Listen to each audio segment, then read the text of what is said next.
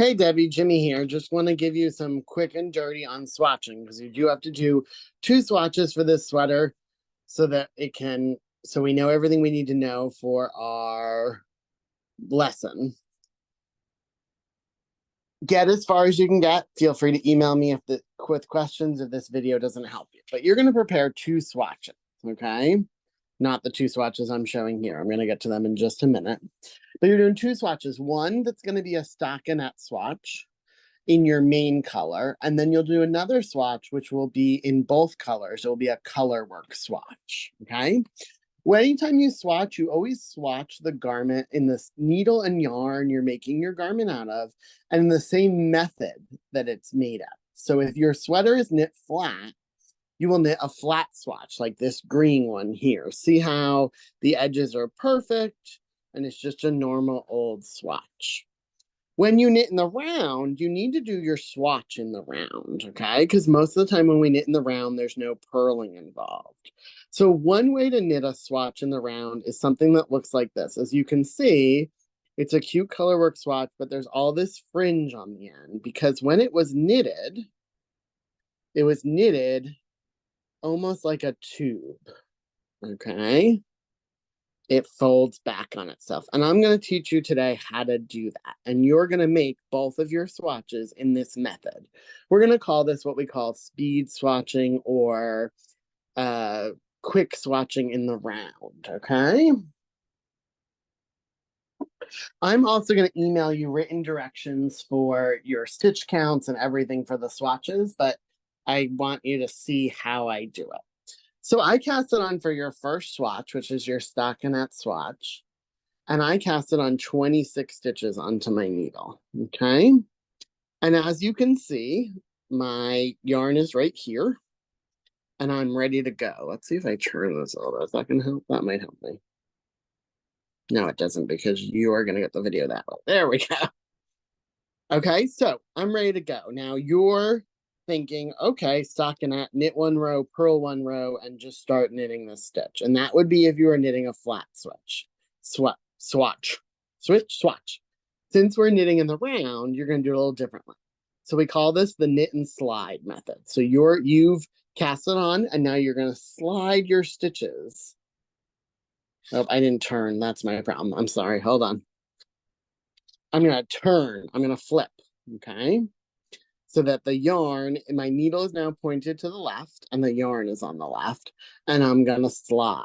I'm going to slide these stitches down my cable and push them up the other needle. What you're trying to accomplish is to have it so that your stitch at the end doesn't have your yarn attached. Your yarn should be all the way over here. Okay, now we're going to knit these stitches by bringing the yarn across the back of your swatch. So I like to put my hand on my full needle and grab my yarn and pull it all the way across the back of my hand. Let me grab my second needle. And you're going to insert your needle into your first stitch and you're going to knit it with that yarn running across the back of your hand.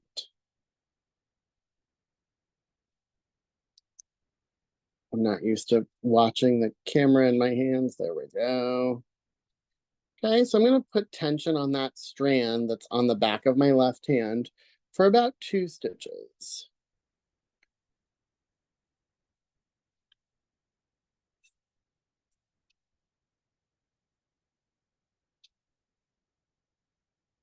Okay, see that big strand? Now I can stop putting tension on it and I can knit to the end of the row. It's easier if I do it off camera. Hold on. So I'm just knitting every stitch till I get to the end of the row.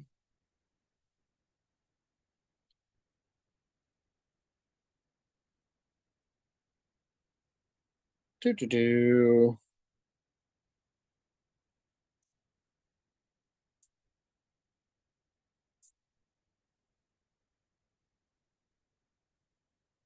I know I knit so slow.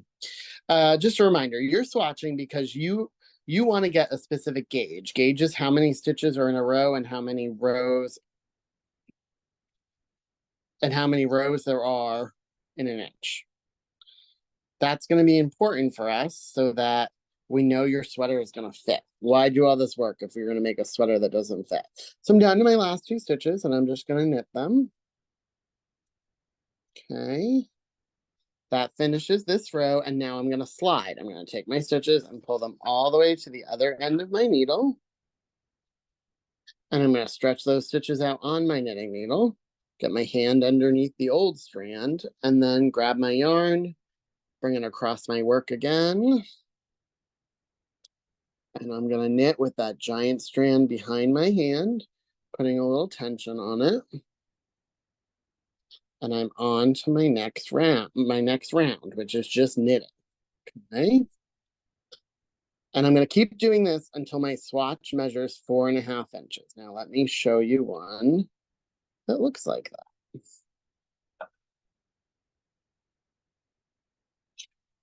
Okay, so here's the front of it. You can see a little bit of this strands down there. But if I flip it over, look at all the strands back. Now I worked this so the strands were pretty loose so my swatch could lay flat. Sometimes your strands aren't very loose and it doesn't lay flat. That's okay. When you're done with your swatch, you can just take a scissor and snip those strands so it lays flat like that other one I showed you, like a little mug rug, okay?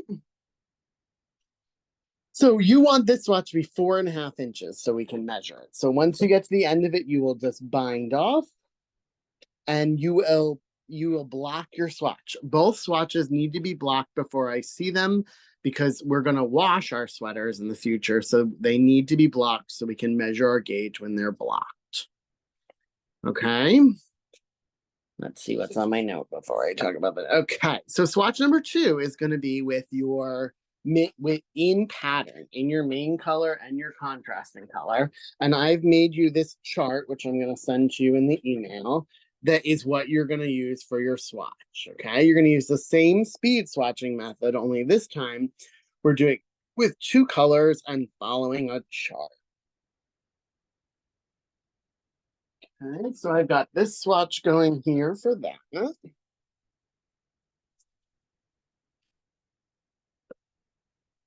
It's so tiny. I only did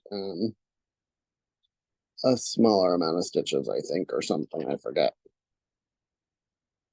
But you can see the start of my gold V's there. No, I guess I did the right size swatch. Okay, so I'm speed swatching the same way. You're just doing it with 2 yarns this time. So I am on, let me just figure out what row I'm on. I'm on row 6 of the swatch.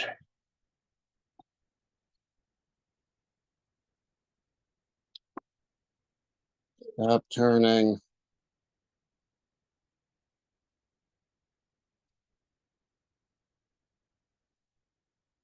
And we're doing the same thing here. So for row 6,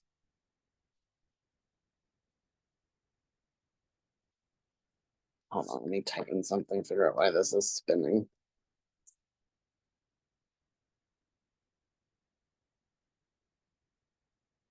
Nope.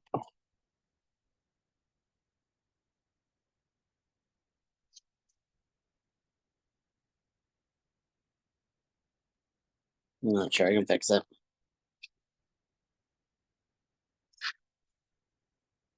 So row 6 for me reads blue then gold.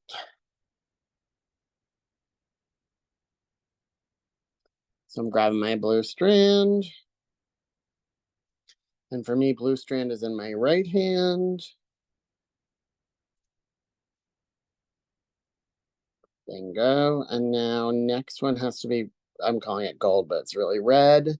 And that one is a left hand. So I'm going to put that in my left hand. And they're so loose because I'm trying to stabilize the camera and yeah, which probably isn't helping you at all.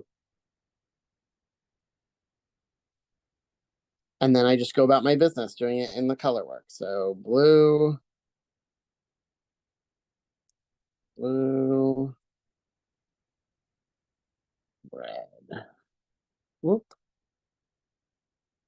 I can't do this on camera. What's the best time to do? Okay. So again, you'll work rounds 1 through 34 of the chart. And then you will bind off and block as well. Now, you're probably thinking this is a waste of yarn. It's not. These swatches are going to give us so much information, and we're going to use them multiple times in your project to make sure that your knitting is on track. Your pattern that gives you a yarn amount builds in extra yarn so that you can swatch. So it's not like these are wastes of yarn.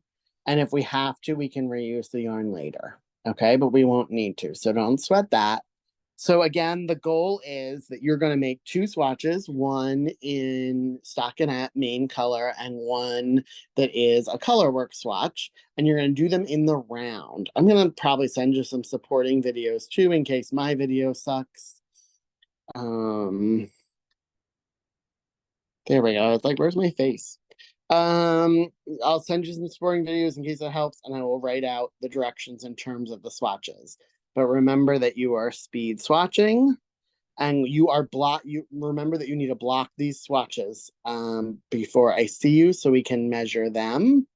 Also, you're going to want to wear comfortable clothes when I see you, the type of clothes that you would wear under this sweater, because I'm going to measure you, and that makes it easier. So if you're someone who's going to wear a t-shirt, tank top, cami underneath, bring one of those so we can try it on when we measure you. I think that covers it. I'm nervous that this video is going to be more confusing than it needed to be, so don't get discouraged. Also, if you're feeling overwhelmed, don't be. The hardest part of the sweater is up front in the planning and the swatching, and that's why we're doing it this way, and that's why we're meeting. And then once you get to the knitting of it, that's when it's easy and going to be very familiar for you, okay? I think that wraps it up. So let me know if you have any questions, and I will see you. Well, I don't know what the date is, and I can't pull it up on my phone, but I know it's a Tuesday. I think it's next Tuesday. Looking forward to it.